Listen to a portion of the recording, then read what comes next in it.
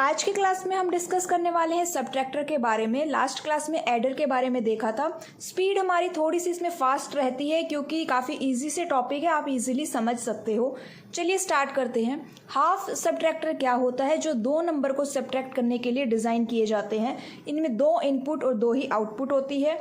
A B जैसे यहाँ पे इनपुट है और डिफरेंस एंड बोरो क्या है, यहाँ पे दो आउटपुट है। ठीक है, अब इसकी ट्रूथ टेबल अगर हमें डिज़ाइन करनी है तो दो इनपुट है, मतलब कितने कॉम्बिनेशंस बनेंगे? यहाँ पे 4 कॉम्बिनेशंस बनेंगे ट्रूथ टेबल में।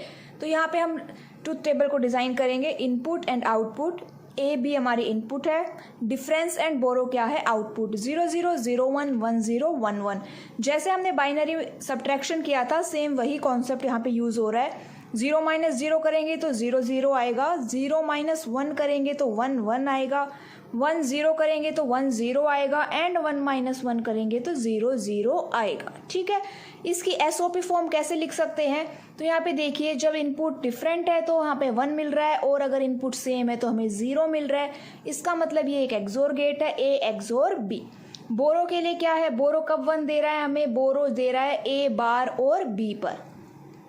कंस्ट्रक्शन करते हैं इस सर्किट की, तो देखिए एक एक्सोर गेट डिज़ाइन कर लीजिए पहले, फिर उसके बाद बोरो का सर्किट डिज़ाइन कर लीजिए।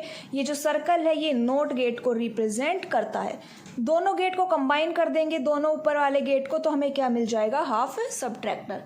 अब बात कर लेते हैं फुल सबट्रैक्टर की।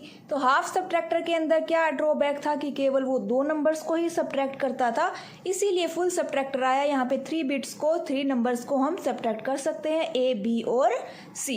ए माइनेंड, बी सबट्रीहैंड एंड सी क्या है? बोरो।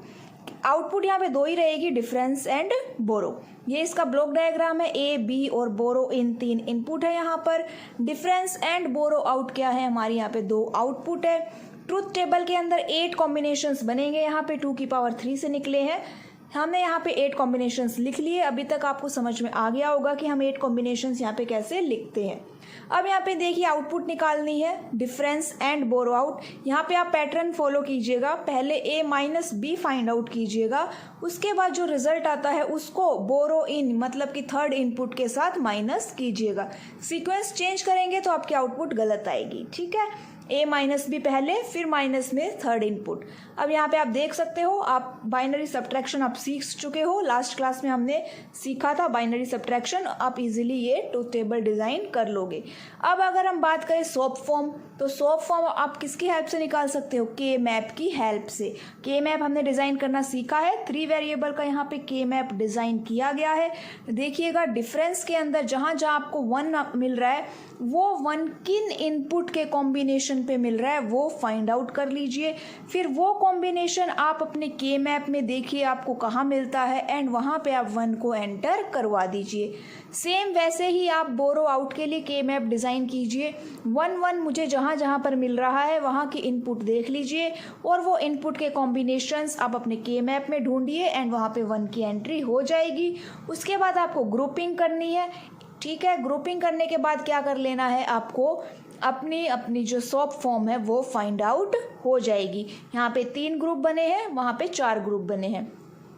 अगर आपने के मैप अच्छे से डिज़ाइन करना सीखा है तो आप इनकी ग्रुपिंग करके ये फाइंड आउट कर सकते हैं। एक्सप्रेशन देखिए, जैसे कि A bar B in plus A bar B in plus A B bar B in bar plus A B C, इसको ए एक्सोर बी इन भी लिख सकते हैं।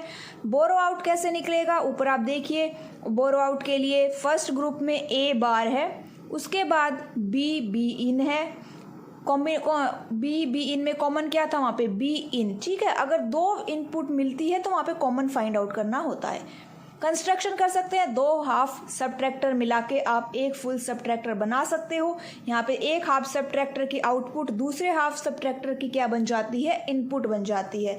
और बोरो आउट निकालने के लिए क्या करिएगा? जो दोनों हाफ सबट्रैक्टर है उनकी जो बोरो आई है, उनकी जो बोरो है उनको क्या कर देना है? ओरिंग कर देना है और आपको क्या मिल जाएगी? कंप्लीट जो फाइनल बोरो है वो मिल जाएगी। ठीक है, इजी है डिज़ाइन करना।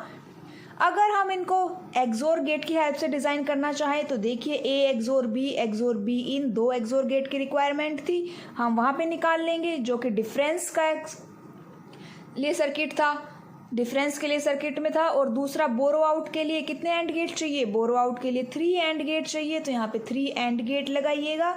जिसको जो इनपुट चाहिए वो इनपुट मिलेगी एंड लास्ट में तीनों को क्या कर देंगे, एक्सओरिंग कर देंगे। ठीक है,